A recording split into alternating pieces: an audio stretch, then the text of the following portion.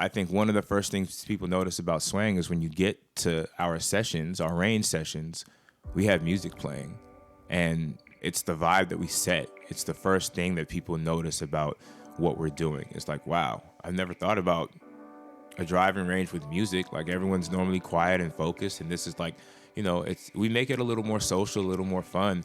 But I think it's also, we're trying to signal to a certain person, like, listen, golf doesn't have to be what you think it is. That is Modi Oyewole, founder of the golf community Swang. Hello and welcome to another episode of the Create Tomorrow podcast. I'm your host, Cassandra Napoli, head of marketing and events insight at WGSN. Every 2 weeks, I will take you on a journey to examine how brands and consumers are creating tomorrow, whether that's through product innovations, actions and strategies, or online behaviors. In this episode, we'll hear from the founders of Swang, a community-first lifestyle brand rooted in golf but built from culture, centered around community, creativity, and access. The brand exists to change the perception of golf and the people who play it by creating experiences, products, content, and more for folks who've never truly felt seen in the sport. Modi Oyewole, founder of Swang, and Joshua Hubberman, co-founder of Cathedral, which is co-founding Swang with Modi, will join us to explore the future of golf and the lifestyle attached, as well as the cultural moments that matter at the intersection of the sport with fashion, music, and more. Modi, can you tell us who you are and what you do at Swang, and also your journey a bit up until this point? For sure. My name's Modi. I'm from the Washington, D.C. area, and I'm the founder of Swang. I'd say the quick way of breaking it down is music was, a huge part of my life and still is. I started my career actually in college as a radio show host, and that evolved into being a blogger. And in that period, I was, blog era time. Hip hop was like, and music was changing. I was the first to blog J. Cole's music. I was the first to interview Kid Cudi. And after I graduated, I was the first to bring Kendrick Lamar to Washington, D.C., all for, all in the name of like loving this genre of music and just sharing it with my friends. That evolved into me building this music festival in DC called Trilectro with some of my best friends, bridging the gap between dance music and hip hop. And that took me, to Nike on the brand marketing side, working on the sneakers app and Nike basketball. That took me to Red Bull in Los Angeles, working on the culture marketing team. And eventually I made my way to the major labels, working at Epic Records, Capitol Records, and most recently, VP of Creative at Def Jam. So yeah, I mean, I've done a lot of different stuff, and now I'm in golf, which everyone asks me like how and why. So I guess that's what this podcast is about. Amazing. And Josh, can you tell us a bit about who you are and what you do at Swang, and a bit about your career journey as well? What's up, guys? I'm Josh, co-founder and venture partner of Swang. Yeah, a little bit about me. I mean, similar to Modi, music was a really big part of my life growing up. I sort of existed at the intersection of sports and music. So I was a big baseball player. Golf was always sort of the thing on the side I loved, and also played drums. So I ended up a college baseball player. Along the way, was always sort of interested in building businesses. I didn't really know what that meant yet, but I was always the kid like trying to sell blow pops and stuff in high school, and trying to figure out a way to like get rid of the old DJs who weren't playing the right music in school and instead pay myself $500, to do it instead. Didn't know that was entrepreneurism at the time, but I always had that sort of bug of like, hey, I can just create my own path. And so, yeah, in the MySpace days, I was really good at technology and sort of hacking the system. It allowed my band to get on shows we probably frankly shouldn't have been on, which led to some visibility. So I ended up moving to California, kind of chased the music career path, ended up working at a brand called PacSun in the store where the CMO and the CEO would sort of walk in. And so I was always like the young kid folding t-shirts being like, hey, this brand is not where it should be. Like, we have waves up on the wall, but we don't mess with surf culture. Like, why is that?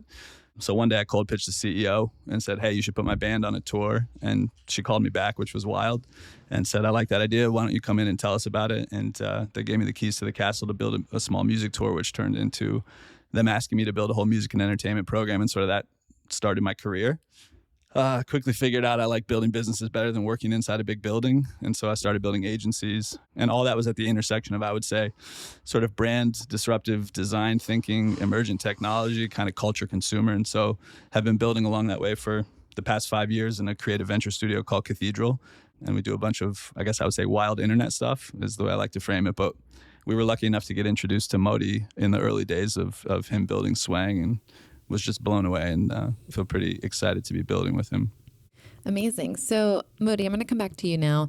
The music to golf pipeline from an outsider here doesn't seem obvious to me, right? So can you tell us a little bit about how and why you started Swang? Where did the interest in golf come from? What was the gap in the market? And what is the objective long term? Yeah, I mean, I started Swang not for any other reason outside of, like, I wanted to get better at golf. And I guess to take it a few steps back, I have a friend, Anthony Esponda, who works over at Hypebeast. I went to college with him. I went to Boston College. Every time he's in LA, he taps in and it's like, yo, pull up on me. He normally stays across the street of the hotel by my crib. So this time he called me like, yo, I'm about to be in LA, or I'm about to be in the area, but I'm actually out here for an activation. We're doing something called the Hype Golf Invitational out in Santa Clarita.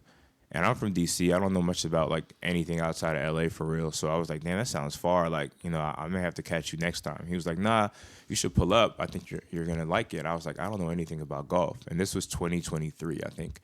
Maybe May. I just come back from Japan. I had already in my head said I was going to quit my job. And I was like, it was actually a Monday. I should have been at work, but I was like, I'm just going to go. And I went out to Santa Clarita and I saw golf packaged in a way that I could really digest it. You know, I saw rappers and artists and creators that I really respected and connected to out there in some really cool fits, hitting the golf ball. And I was also like, whoa, I'm in nature. Like, this is really peaceful and serene, but also fun. And, you know, I grew up on Hypebeast. You know, they're the publication that put me on to so many things. So for them to sort of be the catalyst to my golf journey it was interesting. And when I saw that, the big thing was I saw people that looked like me, dressed like me, thought like me, playing this sport that originally I thought was for rich, white, country club folk. And I don't connect to that. You know, my touch point for golf was Tiger Woods became, you know, a superstar. And my dad was like, okay, you see that guy who's on TV now? Like, you know, you see yourself, you see someone that looks like you in the space. Like, now we should go sort of like, now he believes that we can do this now. Does that make sense? Like, he saw a person of color dominating this sport, and to him he was like, oh, let's go to the driving range, you know, like, you can do this too. And I didn't really connect to Tiger culturally. I was more of a basketball head, so the Allen Iversons of the world were more my inspiration, you know. And I think what I saw at the Hypebeast Invitational or the Hype Golf Invitational was just a lot of inspiration. I didn't know that I could be in that space, but when I saw that, I immediately, you know, I shortly after quit my job, and I was like, I need a pastime. And I really liked hitting the ball when I was out there. Also, like, seeing the production. Holes were sponsored by brands that I respected, and it was like very interactive. Drove around in the cart. I mean, all that to say, I just was like, this is really cool. And I had no idea that I could participate in this. That's how it started. And then I think a month later, I got the handle for Swang. Shout out to my girl, Fadia. She got that handle for my birthday, early birthday present. And she gave it to me because I told her, I was like, yo, I really want to start a thing around golf. And I want to do it to make sure that I hold myself accountable to coming to the range on a regular basis and hitting the ball. So all of those elements were like pieces that encouraged me to say, I want to build a thing around this. And I never intended it to be anything outside of a hang. But what I realized quickly when I put the flyer out there was that people were gravitating towards it. They had never seen golf presented like this. And, you know, 10 people became 75 to 100 every week. And that's when I knew we had something. Yeah. So, Josh, coming to you now, what about Swang has influenced you to want to be a part of this growth? Yeah, I mean, I guess my golf background's interesting because I played a lot of my life, you know, and so I guess in some way I participated in the reason I think a lot of people don't find golf. I mean, it's traditionally old, it's gated, it's stodgy. You think about country club culture, and none of those things are interesting. You think you got to own clubs already, it's expensive. You think you have to be good already, and you think there's all these rules. It's really scary, right? So I think in many ways, probably purposefully, that's the way golf has been kept for hundreds of years, right? But the game itself is fire. And that's, I think, what Modi figured out quickly when he went on a course. It's like, oh, this is none of what I thought it was, right? So I've golfed. I've been around these things for a long time. Along the way in my golf journey, one of my best friends, Brendan Thomas, who was making surf media. He came from Surfer Magazine, and then over at the Surfers Journal, we were walking the golf course, and he's like, I think golf media like really needs some shifting. Like everybody's talking about golf clubs. Nobody's talking about the reasons people golf. Like I don't get it. I think I'm going to do a golf pub. And so I've been able to watch Brendan build the Golfers Journal, which is a 30,000 plus subscriber base publication and membership community that started maybe 7+ years ago, you know? And those early days of like, hey, let's talk about Mumbai street golf instead of like the new club shaft were like early seeds of, I think, things that we're now seeing in the golf culture. But it was really, hey, there's a lot more with this game than just clubs and other things. So, you know, I say that all to say the background of sort of building and shooting and capturing media around golf for a bunch of years, saw the little seeds of things happening in culture. And then obviously COVID was a massive shift of folks being like, oh man, I need to get outside. And I think maybe a lot of people that wouldn't have naturally participated in the game found it in some way. And so you started to see other things happening. And so, yeah, when I met Modi, right, all of this was swirling and building ventures and I guess contextually, like I've been very interested in this idea that the mainstream is kind of fragmented, and the way that digital and algorithms and sort of peer-to-peer conversations are happening means like we can no longer build a massively wide funnel, spend a bunch of money and market at consumers and expect that builds any value. And so what we see happening at least is there's this emergence of subculture-driven bottoms-up businesses where people are existing together in tightly packed pockets, and we could sort of call it cult brands on some level, but this is a way to sort of start a pocket of energy that then travels up and out. So we're really excited by this thing happening. And when we met Modi, we were introduced by a gentleman, AJ Washington, who's out of DC, where Modi grew up. And one of the conversations on a music project was like, didn't you say you golf? And I was like, oh, like golf's a big part of my life, you know? It's like, so he's like, I need to connect you with my friend Modi. And it was like an immediate thing where hearing Modi just explain what was happening at these driving ranges, and I would say that the toughest thing to do in golf is to get people over that first bridge of like showing up at a driving range without clubs, not having the attire yet, and just being like, this is a dope hang with dope people, and I want to show up. And so, you know, for me, it was immediately clear that everybody showing up at these sessions was like movers and shakers around culture and creativity in Los Angeles. And it wasn't just a number of people. It was also like who is participating, how they're participating. And so I just think golf's not been the problem, the game of golf. It's the framing around it. And it was really clear that what Swang really was a reframing of the game of golf by pulling it away from the course and popping it into culture. And that's what got me excited. Yeah, I love exactly what you said, where you say that you're excited by businesses rooted in subcultures. It confirms everything that we've been talking about from a sort of macro trend perspective as niche becoming the new norm, the sort of like repackaging of old legacy sports and old legacy ideas into a new realm for today's youth. And I think this conversation is like really exciting to me because it's the culmination of everything I talk about pretty much every day at work. So love it. Love that. So you mentioned the game of golf itself. I want to sort of zoom out here and talk about golf, right? So we are witnessing a revival of legacy sports across the board. Golf is going into mainstream culture. So according to RNA Global Golf Participation Report, there are 8 million registered golfers, 31.6 million unregistered 9 and 18 hole golfers, 61.2 million adult participants globally across all formats. All of this really painting a picture that this is an incredible opportunity for product innovation within the fashion realm in particular. If you think about from pre-pandemic times, you talked about how the COVID era was a very big accelerant of interest in golf, right? So we were desperate to go outside, community formations, fostering friendships, all of this was super important. Particularly amongst women, it's up 25% in terms of golf participation from 2019. So it's evolving into this sort of family-friendly, more inclusive, welcoming sport. But I'm wondering what each of you think about the future of the sport in general. Modi, I'll come to you first. Yeah, I mean, I think the future of golf is super exciting. When I first met Josh, one of the first things I told him about what I wanted to, like how I sort of saw the future of golf is that like the Allen Iverson of golf, meaning someone that's super expressive and unapologetically themselves and, you know, wants to show who they are through what they wear and how they, you know, behave. That person comes out of a community like Swang, right? And I think for me, it's about bringing a lot of new folks into the game. Like that's what we do with Swang because I'm a new golfer.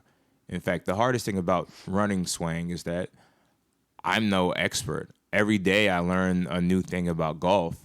And I think that's also the superpower I have, because I don't have any frame of reference. I'm just trying to do what I think makes sense, and I'm pulling all my experiences from working on the brand side, being entrepreneurial, building a music festival from scratch, breaking artists, and just being a consumer, kid that likes cool shit, bringing all that to the space. And I think golf has always been unapproachable to me because I never saw someone like myself in the space. But when you start to reflect that, like if Swang becomes the new norm of what golf looks like, meaning it's super diverse. When you get to our driving range sessions, you already know where we at because we don't look like anybody else out there, right? And we have women, a lot of women. I've been to hella golf events, and Josh and I went up to Oregon. We played in the tournament. 100 golfers, 3 black people, 1 Latino dude, 2 women, and one of the women worked for the company. So, and everyone else was a white dude. And shout out to everybody, but I think that what we reflect in our community is the future of golf. I guess my main question really is, how do you get young people interested in a sport that's always been kind of deemed a bit old, right? So how do we encourage, Gen Z, Gen Alpha even, who are rising teenagers at the moment, to find an interest in the sport? And also, is something like college level athletes an opportunity for you guys? The NIL rules, name, image, likeness. I could see there being quite a synergy there. One analogy that I guess I use a lot in brand building is the needle in the medicine. And if golf's the medicine, right, you need the right needle around it to have it take any effect. And I would just say, think about incentives of systems and the way money flows and how things work. And a lot of times with legacy institutions, there's not really the incentive to do certain things. And so it tends to be incumbents outside that are just building without being tapped into those systems. So the game of golf's not the problem. So I think the way that folks find it is going to be new needles. And I think the thing that is raising up new voices in media, in content. It's like showing, as Modi said, part of the way he found the sport was like, oh, I can see myself in this now, right?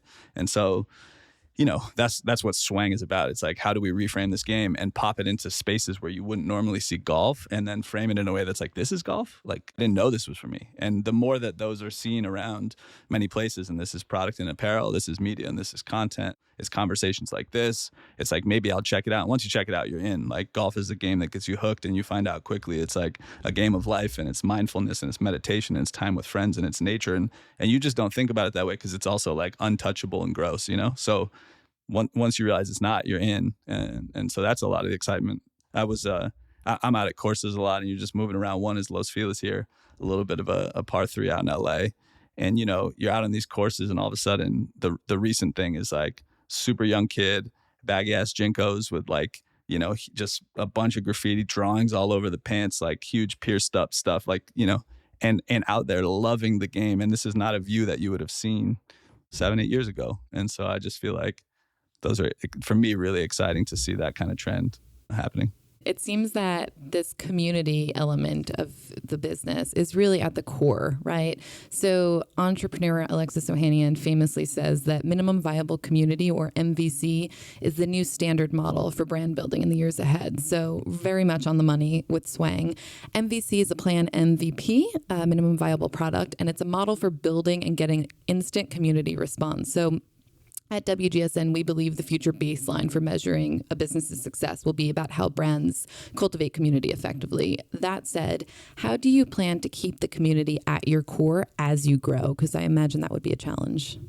Interestingly enough, I feel like we think about community a lot like a range bucket. You know what I mean? You have to pour into the bucket, and you get from the bucket. It's similar to a relationship, right? There's a lot you have to put in to a community, and there's a lot that you get back in terms of value from community. And so always thinking about that, right? Where community to us is not an extractive thing. It is truly peer-to-peer. It's like leveraging the humans that show up for Swang and getting them involved into it, right? And then on the business end, right, there's a delicate balance between community and business. And those two things have to also be in balance. And I don't know, we think about chaos and order a lot, and the balancing of those two elements at Cathedral. And I think there's something in that as well, meaning that like anything we do needs to add value back to the community and needs to be in benefit of the community. So if that's a brand partner that we're coming in, we're not saying what's the capital, how does that benefit Swang as a business. We're saying how are you uplifting the community that participates with us.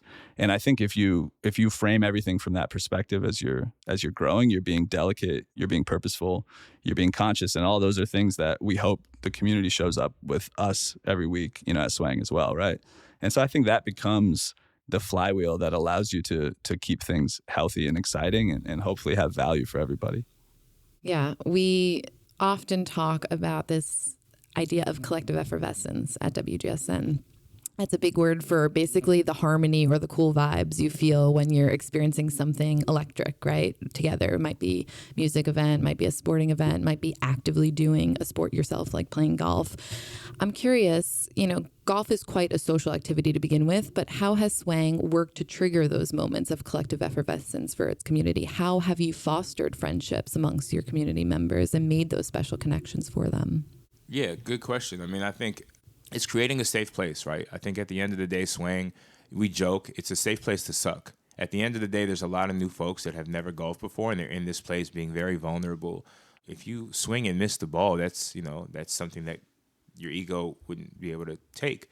But if you create this environment that's very welcoming for those moments to happen, and it's encouraging for when you do connect, and we just sort of have our loose sort of like rules when you step in, it's just like we speak to that on social, and I think all of those things do foster that environment, and then it creates a certain. It's also about curating the space, right? Like I'm trying to bring the proper energy into the space. So everything, at every touch point of Swang, it's the design, it's the way we write things, it's the copy, it's everything. All of that is gonna attract the attention of a certain consumer who's gonna understand that this place is for them. Yeah. And the people that tend to listen to our podcast are clients. So people that work in marketing and design and product development and retail and things like that. And so I'm curious, what should brands do if they wanted to tap into golf and tap into Swang? What sorts of partnerships, strategic partnerships would make sense here? The business that we're building is multifaceted, and so there's a lot of different opportunities. As I said before, I think the big thing for us is like, is this going to add value to community? And then I think those soft signals we talk about, what's who is a Swang member, and so what are they interested in? And so you hear things for us about music and culture and the way we show up to golf and golf loud, and it's expressive, and so obviously from the partnership side, we're looking for partners that share that ethos and that say, hey, this is something that I see myself in, and I think brands truly, if they're doing it right, are that anyway. They're an expression of an idea, of something you can communicate back and forth with. And so there's this question of just like, yeah, would we communicate with Swang as a community? And if you see that, then you want to find ways to add value. And so, as Modi said, it's like we're showing up folks that don't necessarily have golf clubs yet, that are looking for, this is like, what's the signal of how am I going to dress when I do start showing up to golf? What are the first things I need? Like, what's education around this? Where are we going at with media? How do we tap golf into all these sub pockets of culture? So like Golf X music, Golf X whatever, and how do we show up? So I think if you think about those frames, there's a bunch of different ways that partnerships can really add value back to the underlying humans who show up for us every day. Yeah. This has been such an inspiring conversation. I feel like it's truly the culmination of all of the trends we talk about on a macro level: community, collective effervescence, repackaging, legacy fashion, legacy sport. All of these amazing things that you're doing is just so inspiring. So thank you so much for being on this podcast. I'm going to wrap up. So like always, I ask every single one of my guests, who is somebody that you admire that's creating a new version of tomorrow that you find deeply inspiring? So Modi, we'll come to you first. Man, I have a soft spot for anybody who's a community builder, because it's not an easy journey. And one of my favorite communities actually is based here in Los Angeles, Long Beach area. It's called Slow Jams, and it's founded by this dude, Elwood, who I'm not sure how we crossed paths, but I think I was just a fan of the brand from afar. And eventually he ended up getting some office space around the corner from my house, and we started to kick it. And basically, Slow Jams they're building a lifestyle brand around R&B music. Quite literally, the name Slow Jams speaks to their love of like 90s R&B is where it started, but now it's turned into this entire world where they have product and really cool experiences, and they've got a space, where they do everything from jazz nights. Recently, they did a Frank Ocean like jazz night, so they interpreted all Frank's hits through jazz. They do vinyl listening sessions where people can come listen to their favorite albums or an album they've never heard, and they do sort of like a conversation around the songs. They do all types of really cool stuff in this space. It's very inspiring, especially how they've been able to lean into music and say, listen, I'm building a brand around a genre of music, and they've scaled their operation from a small Instagram to a true business, all in the name of like loving one genre of music. So I just want to give them a shout out because they do amazing stuff, and they've just been super supportive of what we're doing, and hopefully we can work with them in the future. Yeah. So Josh, I'm going to put you on the spot. Yeah. I mean, there's a gentleman named C.Y. Lee, and C.Y., we are working on a really, really inspiring project to sort of rethink music patronage. Music's a hallmark of everything we do here, and obviously one of the things that brought Modi and I together, and the complexity of similar things where we're at with the music industry and algorithms and what that's doing in terms of homogenizing this art form that I think everybody could look back to their youth and say, like, this literally moved my life. Like, this is a thing I can bridge back to wherever I was at whatever time. And CY's been out really experimenting with shifting incentives with artists that are at a point in their career where artist development's really suffering. And many musicians are like, who am I? What do I have to say? And so a lot of sort of contextualization of artist development in music's not happening. And anyway, CY's been inspiring in just his tact and approach to saying, hey, wealth and patronage can be put back into building culture in really beautiful ways, and more people should be doing that. Yeah, I've been really inspired by the way he moves. Thank you to my guests, Modi Oyewole, founder of Swang, and Joshua Hubberman, co-founder of Swang. If you're a WGSN subscriber, look out for more trends at WGSN.com. If you're not a subscriber, please come and discover our services. We'll be back with our next episode soon. In the meantime, you can catch the CEO of WGSN, Carla Buzashi, next week on our other podcast, Lives of Tomorrow.